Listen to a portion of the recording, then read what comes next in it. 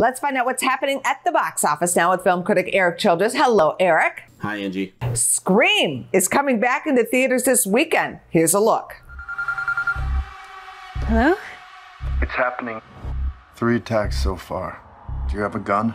I'm Sydney Prescott. Of course I have a gun. Something about this one just feels different.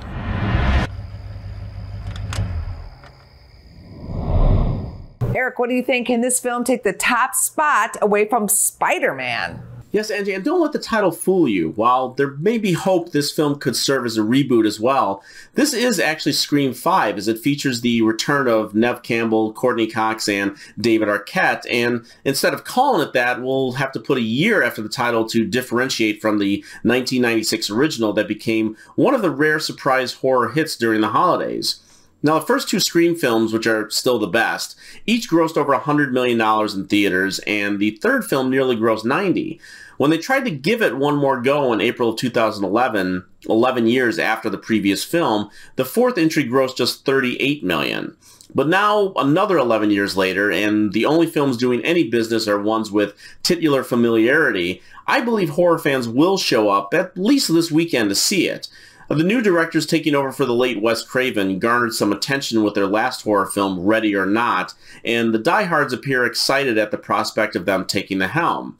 Now, Paramount is not doing some of those same critics any favors by holding late-week in-person screenings instead of offering an at-home option with rising Omicron infections, but I do not expect this one to go the route of another franchise its fans soured on, The Matrix Resurrection, which has only done about $35 million at the box office to date. Well, film schedules are once again being shifted around, this time because of Omicron. What can you tell us? That's right, Angie. The next 2 weeks will be virtual dead zones for theaters, except for those still catching up on Spider-Man and however many are still going out to see Scream.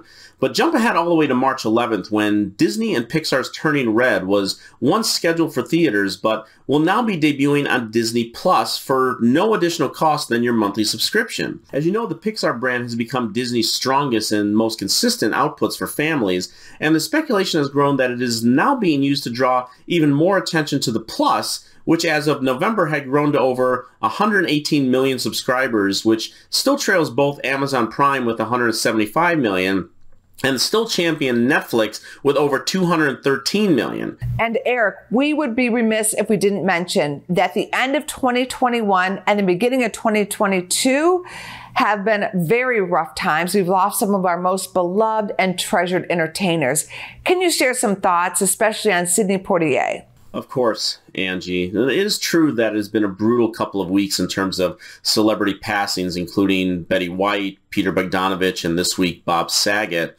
Sidney Poitier was really one of the few people you could call a trailblazer, and it wasn't just another word. In 1963, he was the first black man to win the Best Actor Oscar for Lilies of the Field, for which there's just been a great Blu-ray release with commentary by my colleague Sergio Mims that I recommend very highly. Now, more hits followed for Poitier, like To Serve With Love, In the Heat of the Night, and Guess Who's Coming to Dinner.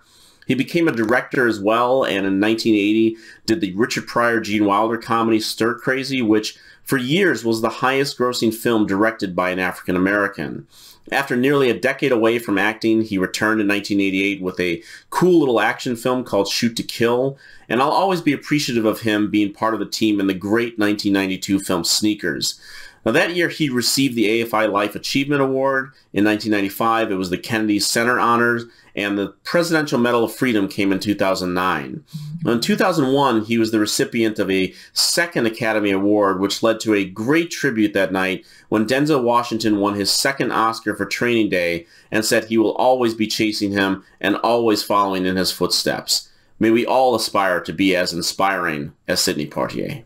Well said, Erik. To Serve With Love and Guess Who's Coming to Dinner, a couple of my favorites. Thank you so much for bringing all of that to us. Thank you, Angie. Go to businessfirstam.com for where to see our show on TV.